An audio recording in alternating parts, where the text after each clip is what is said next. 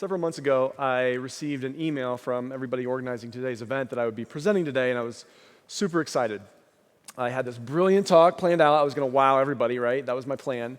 And I had a mentor who I'd known who would give a TED Talk before.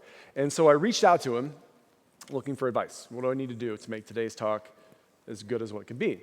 And we were having a conversation, asking him for his advice. And his advice to me that day was, I really don't think chiropractors should be giving TED Talks. It made me feel pretty good about myself. And he went on to explain his reasoning why on what made a good TED Talk versus what made a not-so-great TED Talk. And he perfectly described my talk in the not-so-great TED Talks. It was bad. It was a piece of junk. And so this conversation happened about a solid 2 hours before one of my first meetings with Jimmy, who's helped me through this process. And in those 2 hours, I was just like, okay, so do I need to tell him that he needs to find somebody else? I'm sorry, you found the wrong guy. Or my other option was completely do a new TED Talk in 2 minutes or basically clean up my other one. And in that 2 hours, I was extremely stressed out. I was overwhelmed. The thought of doing it was overwhelming. And it was an oddly familiar place for me. So we go back 4 years before that. I had worked in an office. I was under somebody else, and I decided to start my own business. And I signed the documents to start my own business 11 days before my second son was born, 5 weeks premature. So I was living 40 miles away, driving back and forth to the office every day, working full-time, seeing patients, trying to figure out what was going on with this business, trying to figure out all the documents, securing the loan. My wife was on bed rest for about 3 weeks, checking on her, making sure she's doing well, making sure the baby's doing well. And then all the while with that, my other son, who was about 2.5 at the time, and who had never been away from his mother for more than 24 hours, all of a sudden went from being away from her for 3 weeks. So finding out who's watching him, where's he at, trying to sleep with him, trying to check on my wife and sleep with her. It was insanely overwhelming, a ton of stress. And then I signed the loan, I took over the business, and then the baby came, and things got more stressful. If anyone in this room has had a premature child, Owen was born 5 weeks premature. We were lucky enough, he was happy and healthy. We were able to take him home. But having a 5-week-old premature baby at home means we had alarms set on our phone every single hour, day and night, to make sure that we were waking him up because his nervous system wasn't able to tell him that he was hungry yet. So we had to make sure that we were feeding him, making sure he was gaining weight. And in the chiropractic industry, when you take over a clinic for somebody else, just because the color of your shirt, 25 to 35% of the people who were there getting treatment left. And so this business is going down.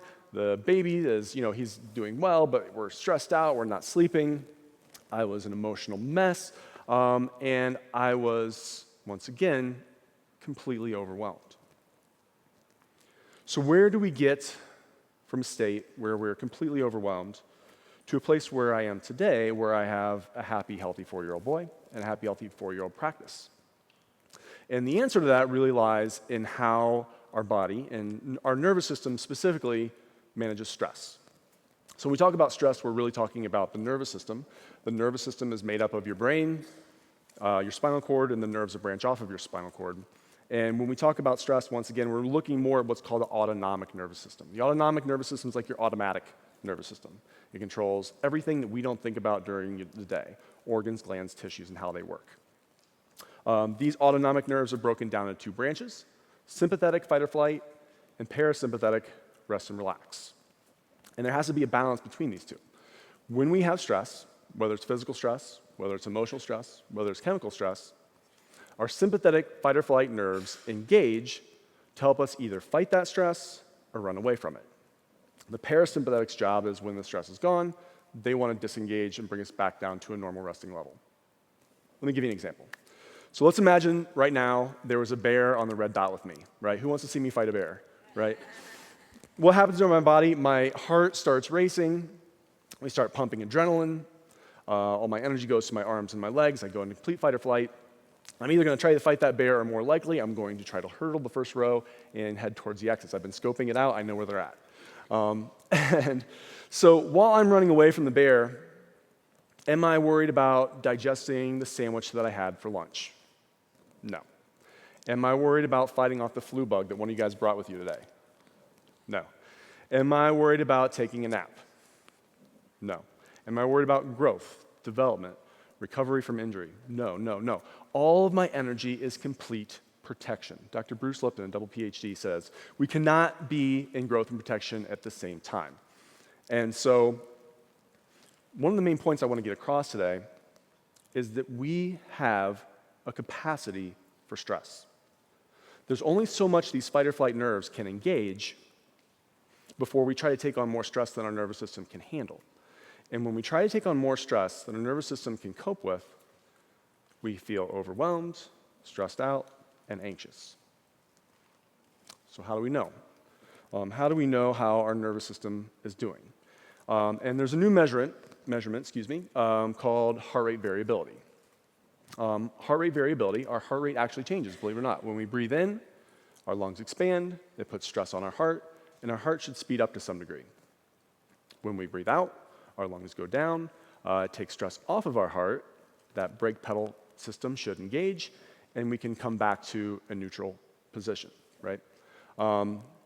This beautiful scan you see behind you is yours truly. This is something that we can measure how those two sets of nerves are working together. The little white dot is where I scored. Basically, how you interpret this, that little black line in the middle is baseline, is neutral. It's complete balance between the sympathetic and parasympathetic, between the fight or flight, rest and relax. The further you shift to one side, the more dominant that side is. So that little white dot is in my fight or flight side. I'm very fight or flight dominant. And my capacity to handle more stress at that moment in time was limited. My staff would probably tell you I'm like that most of the time, but that's me. And so this also is measuring fatigue, right? This is also measuring your fuel tank for stress, your capacity for stress. So the higher you score up the chart, the more full your gas tank is. The lower you score on the chart, the more fatigue you have, the less ability you're able to adapt to stress, a lot of exhaustion, a lot of fatigue for someone who scored on the lower end of that score. So I've seen hundreds of patients, we do this in our office, and I reached out to a bunch of my colleagues, and we all have the same pattern, where we're under this chronic stress, our sympathetic nervous system engage, we start running and draining our fuel tank till eventually we run out, and we kind of maybe even shift over to the point where we don't really have a great stress response. So what do we do? What do we do to get back to what's considered normal? And it really breaks down into one or two options. One, we want to increase our capacity to adapt to stress, or two, eliminate stress. The first one oftentimes is much easier. I'm a chiropractor by trade. For me, when I was stressed out, stuck in fight or flight all the time, I was getting adjusted. I've got 3 chiropractors I was so stressed out. Current research is showing that when we adjust the spine, we're actually flooding your brain with information. We're allowing your brain to see what's happening inside your body more efficiently. When your brain understands what's happening inside your body, it can manage those stresses more efficiently and things just work better. I was doing a lot of things to help me relax too. We have massage therapists. That was one thing that helps me relax completely, helps release tension. But there were some other things that really helped me get out of that fight or flight state when I was at my worst. And one of them was my faith. I was able to increase my capacity for stress through my faith because I had a belief that there was an end to the stress that I was under. It was very finite. And because I had that understanding, because I had that feeling and that faith, I was able to handle the stress because I knew there was another side. I also found that increasing my capacity by looking towards and communicating with a community of like-minded individuals was very, very important. I talked with a ton of chiropractors who had been in the spot where I was at, who had struggles in business from the start, and they told me their success stories about how they're to the other side. Once again, it gave me this impression that where I was at was finite, that there was going to be an end to it. Now, the other is more difficult. We talk about eliminating stress, right? How do you tell a mother who just found out their child has cancer that they need to eliminate their stress? How do you tell a husband that just found out his wife has 6 months to live that he needs to get rid of stress? Or someone who has been physically or emotionally abused since they were young? There are some stresses that we just don't get rid of. But we all also have micro stresses in our day-to-day routine that we don't often pay attention to. How many times are you scrolling through social media and all of a sudden you see somebody that said this post and you get the perfect response and you get all fired up? Or how many times do we want to reach for that third or fourth cup of coffee to help us get through our day? How many times do we turn on the TV at night to listen to the news and find out what's happening in our world just to hear the latest political argument or how another tragic incident has happened? A friend of mine who was much worse than the scans that I showed you on mine, he actually created a stress journal where he would, at the end of every day, write down all the things that cause even the slightest bit of stress, engaging his sympathetic fight or flight nervous system. And then on the other side of the binder, he wrote down everything that helped him relax. And he worked tirelessly to eliminate even the smallest stresses and maximize the things that help him relax more efficiently. So I want to leave everybody today with one thought, and that thought is we have a capacity for stress. We're not designed to carry the weight of the world on our shoulders.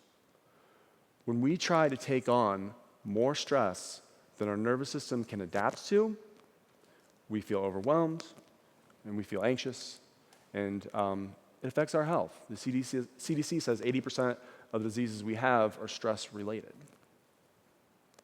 Be conscious of the stresses that you allow in your life and pay attention to be the calm that someone else in this world needs to hear. Thank you.